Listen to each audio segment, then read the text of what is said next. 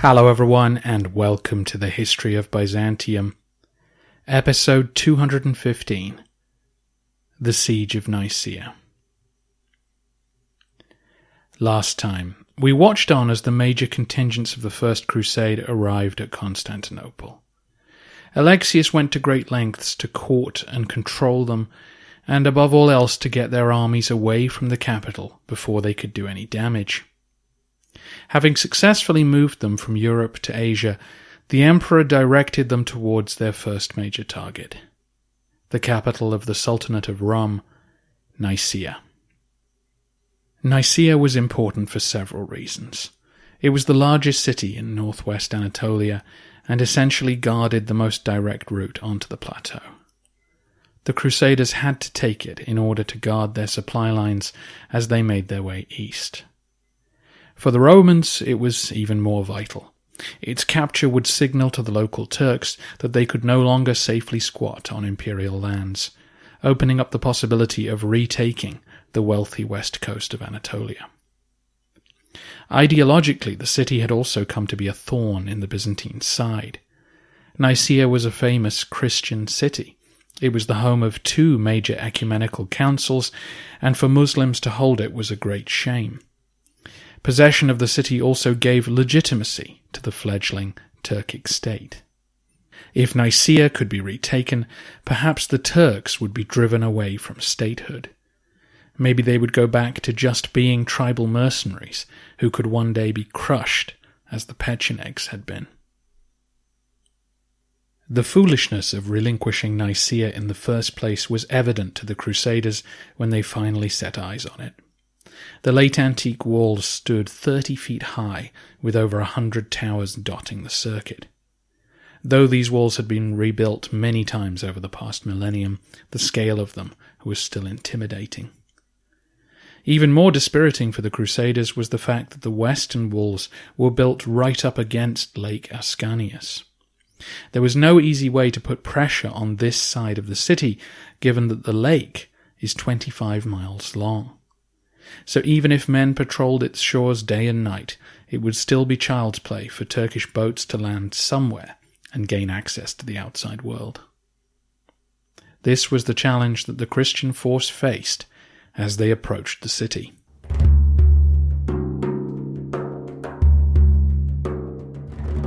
We closed last episode by saying that in June 1097, all of the Crusaders had crossed from Europe to Asia. But the story of their attack on Nicaea actually began a month before that. You might think that the Crusaders would all gather at Kibitos, do a head count, and discuss strategy before moving on. But instead, several detachments marched on Nicaea, while half of their brethren were still in Europe. The reason being that there just wasn't enough room at Kibitos for 70,000 people. By the way, I'll be throwing numbers at you throughout the Crusades. They are simply the best guesses of modern scholars. Please don't take them literally. We talked about 100,000 people being on the move after the Crusades were preached. Most of the 15,000 or so on the People's Crusade were no longer a factor. And as I mentioned, thousands more were turned back at the Hungarian border, or had drowned in the Adriatic, or died somewhere else en route, or just gone home. 70,000 is the general estimate for those who gathered at Nicaea, with something like 7,500 cavalry and 35,000 infantry in amongst them. Anyway, the forces of Godfrey of Bouillon, Hugh of Vermandois, and Robert of Flanders set off in early May 1097 in order to create space behind them for their comrades. Bohemond's Normans were also with them, but Bohemond himself was still at the capital. To some extent he was acting as Alexios' quartermaster, and would arrive 8 days later having organized a supply train. The main Roman road between Nicomedia and Nicaea had been abandoned over the past 20 years.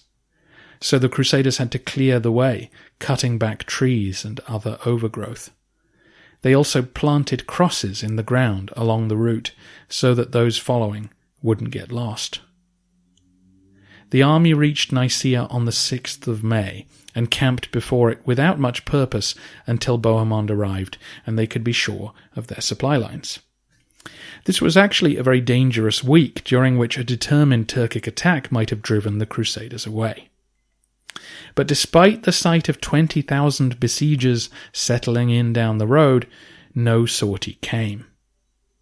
As I mentioned at the time, the annihilation of the People's Crusade the previous October had lulled the Sultan of Rum into a false sense of security. Despite hearing about Godfrey's men camping at Kibitos in February, the Sultan had decided to march east in early spring to Melitene, almost 600 miles away. This Sultan was Kilij Arslan, the son of Suleiman. Suleiman was the man who'd supplied Votaniates, Melisinos, and Alexios with troops for their civil wars. Suleiman had been on friendly terms with Alexios for a while until he captured Antioch and began fighting with forces loyal to Baghdad. In the ensuing chaos, Suleiman was killed and his son had struggled to regain control of Nicaea. Once he did, though, Kilij Arslan was much more hostile to the Romans, sensing correctly that their true goal was to get rid of him. Kilij Arslan, by the way, like Alp Arslan, is not a name, it's a title, meaning sword lion, or the sword of the lion. Melitene, way off in the Armenian mountains, remained a key communication point between Anatolia and the Seljuk lands beyond. It was currently held by an Armenian general, professing loyalty to Baghdad while also remaining in contact with Constantinople. The details are less important than the fact that both the Turks of Nicaea and the Danishmen Turks were trying to capture the city. The Danishmends are the rival Turkic confederation operating in northeast Anatolia, what we would think of as the Armenia Khan. Sensing that the Danishmends might capture Melitene, Kilij Arslan had taken his army east to stop them. He was very confident that the few thousand Latins camped near Nicomedia posed no threat to his capital. But he was wrong. As soon as they began their march towards Nicaea, the Crusaders were spotted and counted by Turkish scouts. The arrival of reinforcements to Godfrey's eastern Franks was an alarming development, and so messengers raced east to tell their master that all was not well. Little did they know that the soldiers now camped outside Nicaea represented only half of the full force that was on its way. The Sultan raced home from Melitene as fast as he could. He really had made a terrible mistake. His treasury and his family were trapped inside Nicaea, and it's fair to say that his legitimacy was too. He probably had about 10,000 men at his back as he galloped across the Anatolian plateau, but every day messengers arrived to add another 0 to their estimates of the number of Crusaders now besieging his capital. Kilij Arslan arrived in the vicinity of Nicaea on the 15th of May, 9 days after the Crusaders. With Bohemond's arrival the day before, the Latins had now properly invested the city. I've put up a map of the siege at the website which shows their disposition. The Normans camped near the north gate, while Godfrey and Robert of Flanders covered most of the eastern walls. The south of the city was left open for the remaining Crusaders to blockade when they arrived. One Latin chronicle claims that a spy was found in their camp who told them that Kilij Arslan was on his way. The Crusaders responded by sending an urgent summons to Raymond of Toulouse, who was bringing his southern French troops slowly along the road from Nicomedia. Raymond kicked his men into high gear, and they were in position on the morning of the 16th in front of the south gate. They hadn't made their camp yet, and in their dishevelled state, Arslan saw his best chance of reaching the city. He burst out of the hills to the south and made for the gate which Raymond's men now guarded. Presumably the Sultan hoped to punch a hole in their line and gain access to his capital. But Raymond's men were spoiling for a fight. Many had left home 10 months before with pious violence in their hearts, and only now were they face to face with the enemy. The close combat did not suit the horse archers either. They needed space in order to make their superior firepower tell. The southern French took heavy casualties, but they outnumbered Arslan, whose men were met with row after row of determined foot soldiers.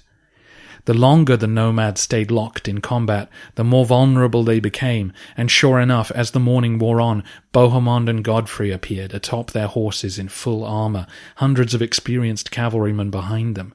They charged into the Turkic flank, and Arslan immediately fled for the hills from which he'd come. It was an ecstatic moment for the Crusaders, their first clash with the enemies of God, and they had emerged victorious. They had done so in impressive fashion too, given that they were taken by surprise and had no overall command structure.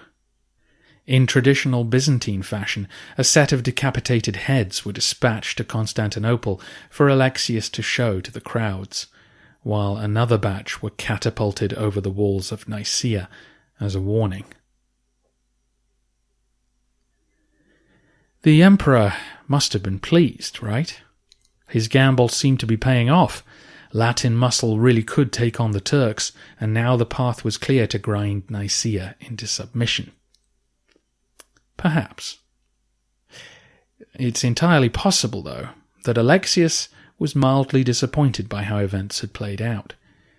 Unbeknownst to many of the rank-and-file Latins, while they were out risking their lives, the Byzantines were deep in negotiations with Nicaea's garrison.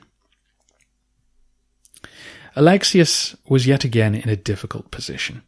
He desperately wanted to retake Nicaea, and if the Crusaders stormed the walls and then handed it back to him, that would be a good thing, but it would not be ideal.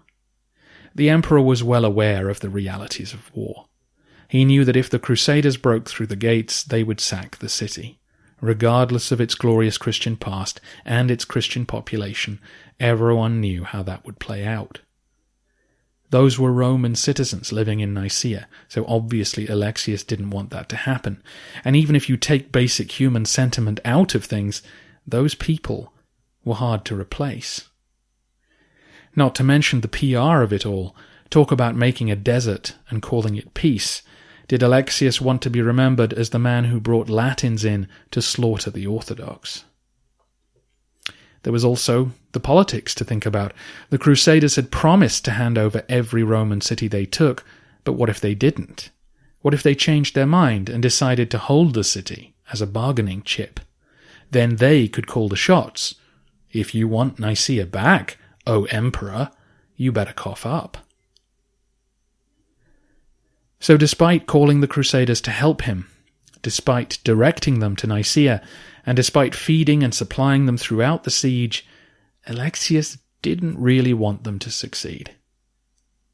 As the Latins set up their camp outside the city, the Vasilevs dispatched an embassy to the Turkic garrison. His chief negotiator was a trusted officer named Manuel Vutumitis. Manuel brought gifts and letters from Alexios, imploring the Turks to hand over the city to imperial agents. Not only will you live, he promised, but you will be richly rewarded if you do so. You can even go on serving your sultan afterwards. Safe passage and a bag of gold?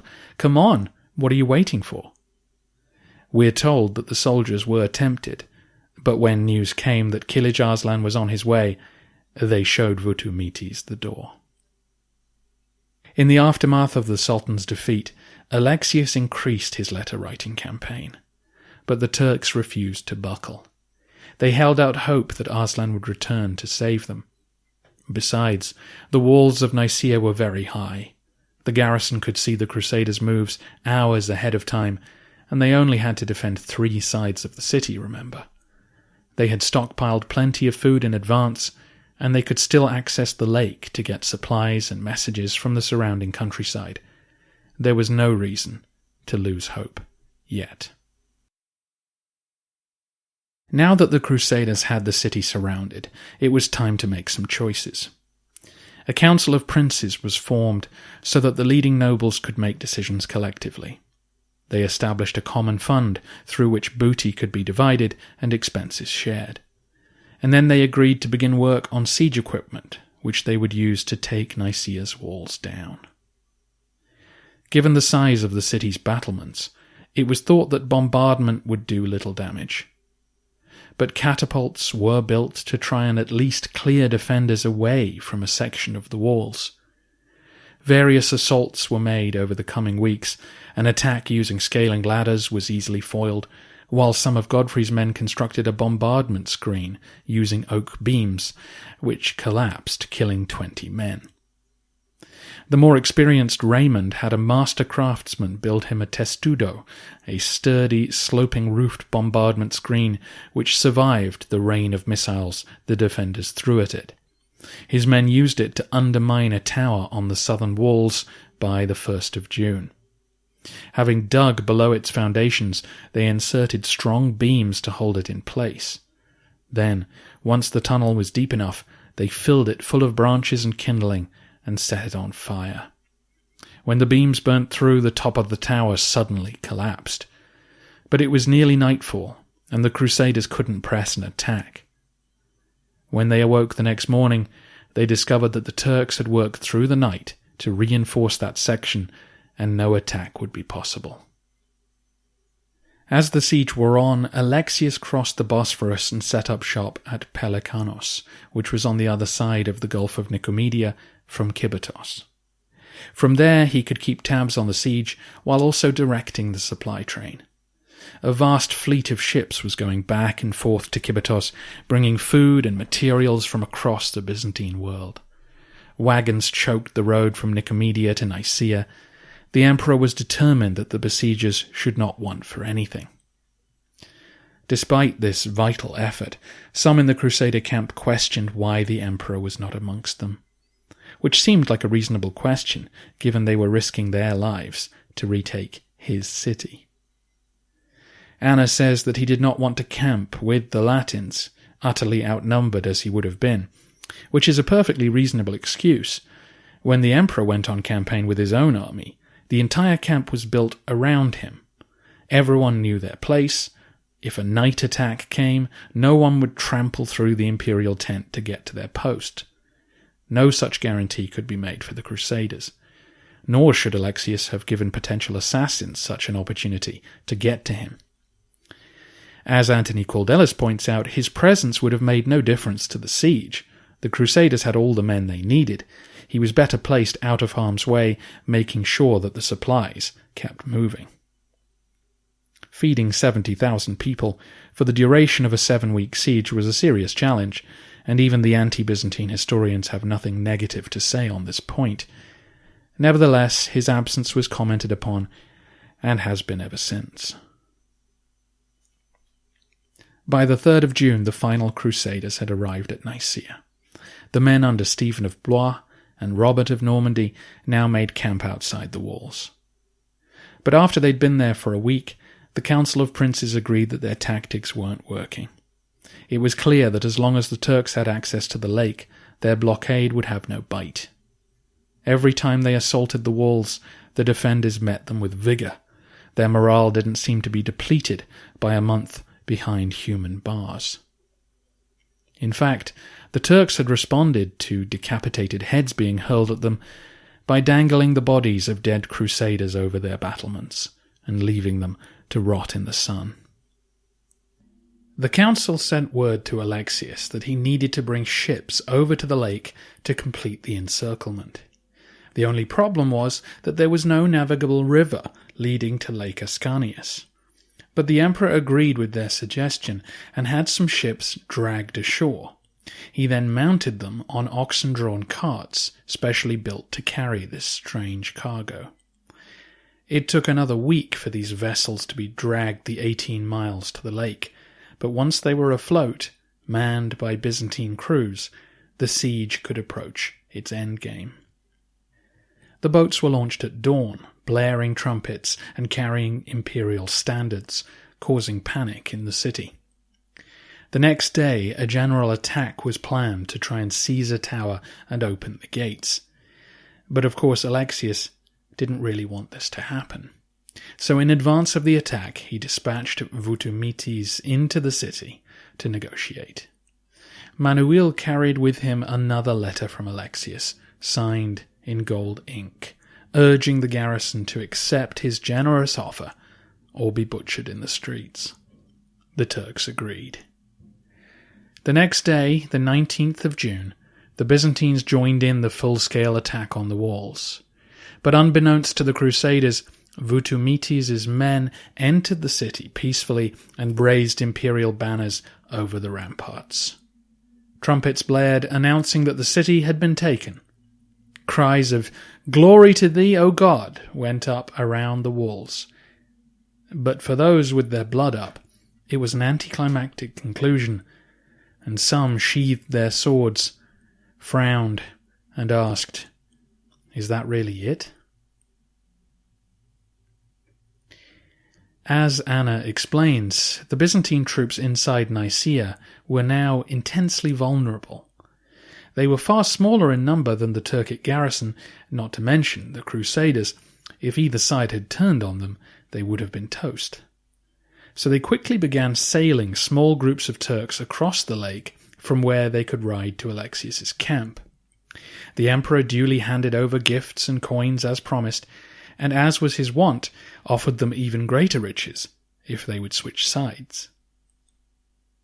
Once they'd departed, Alexios quickly acted to prevent any grumbling in the Crusader camp. He dispatched wagon loads of copper coins to the rank-and-file Latins to celebrate their achievements, and he called the nobles to come to his tent to receive even greater prizes. Once again, Alexios brought out an array of astounding gold gifts for the princes as an attempt to compensate them for the loot that they had missed out on. Although some were satisfied, it was clear that many were not.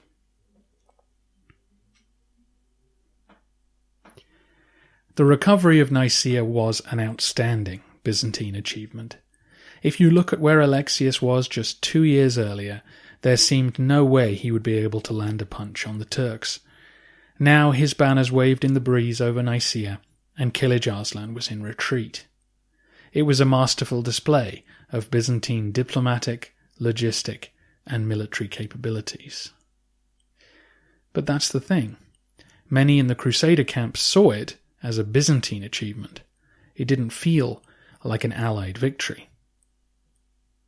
The Latin chronicles reveal all sorts of misgivings about what had occurred. The more worldly felt that they were being denied the immense riches that Nicaea must hold, and that Alexios' presence, no matter how generous, were a lesser reward. While the pious expressed discomfort at being treated like mercenaries. They were here to liberate Christians. Alexios' back-patting and gift-giving felt out of step with holy war. There was also just a general sense that the Crusaders were sacrificing more than the Byzantines. One Latin history talks about the graveyards which now lined the road between Nicaea and Nicomedia, full of Crusaders who'd died in battle or had succumbed to camp diseases. Very few Romans seem to have perished by comparison. It was becoming clear that the two sides had quite different priorities, and nothing illustrated this better than the fate of the Turkic garrison. Instead of being enslaved or paraded around in humiliation, it turned out that the men who'd killed so many brave Crusaders got off scot-free. In fact, the emperor had paid them off and allowed them to return to their master. Those who fully understood what had happened were outraged. So you're telling me that we're going to have to fight those same men again in a few weeks' time? Whose side is Alexios on? Worse was to come a few months later. The highest-ranking prisoners taken at Nicaea were, of course, Kilij Arslan's wife and children. After a comfortable stay at Constantinople, Alexios returned them to the Sultan unharmed and with no ransom required. Here, then, was the clash of priorities. The Crusaders viewed the Turks as blood enemies who must be annihilated, whereas Alexios saw them as neighbours. To be defeated today, yes, but tomorrow, who knows? We may well need them as allies again. The assembled princes had to bow to Alexios' decisions at this stage. And there was, of course, a logic to what he'd done. By offering such generous terms, it made it more likely that future garrisons would hand over their strongholds. But there were some in the Crusader camp who clearly felt that a brutal sack would have sent an equally strong message. Byzantine pragmatism was always slightly at odds with the crusading ethos. Urban had so successfully dehumanized the Turks that for Alexios to be kind to them felt like a betrayal of the cause. It's not clear how well all of this was understood throughout the Crusader camp. Stephen of Blois again seems oblivious and writes home in good spirits about their success, and I'm sure there were many who were pleased to not have to storm the city. Now was the time to celebrate. Services of thanksgiving were held, much wine was consumed, and prisoners from the People's Crusade, who'd been stuck inside the city, were set free. It was a particularly sweet victory for Alexios. He hadn't set foot in Asia for 20 years, and now, finally, his life's work was beginning to bear fruit.